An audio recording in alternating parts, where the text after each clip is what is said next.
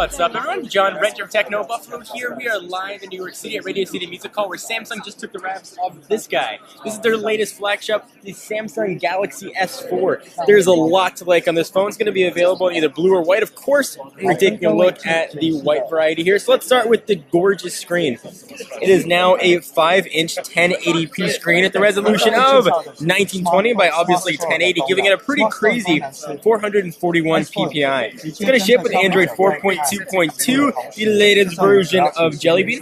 Going to come in 32 or 64 gigabyte configuration. It's expandable, of course, with micro SD cards. The camera, we'll talk about this in an upcoming video, is a 13 megapixel camera, and there's a lot of crazy cool features on this camera.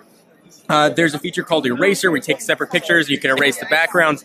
It's supposed to have almost zero shutter lag, but of course we'll take a look at that. Obviously 1080p video, 60 frames per second. 2 megapixel camera right up there on front. Wi-Fi, 802.11 ABG, and now AC, which is starting to become standard. Sensors, all the usual stuff you'd expect, including a barometer for temperature, humidity, and all kinds of some gesture stuff in here. So let's take a quick look around the phone. Left-hand side, in typical Samsung fashion, there's your volume rocker. On the right-hand side, there's the power and lock button. The phone here is extremely thin. It's gone on a diet and gotten even bigger. This is looking to sell between 1 and 1.5 bajillion units for Samsung.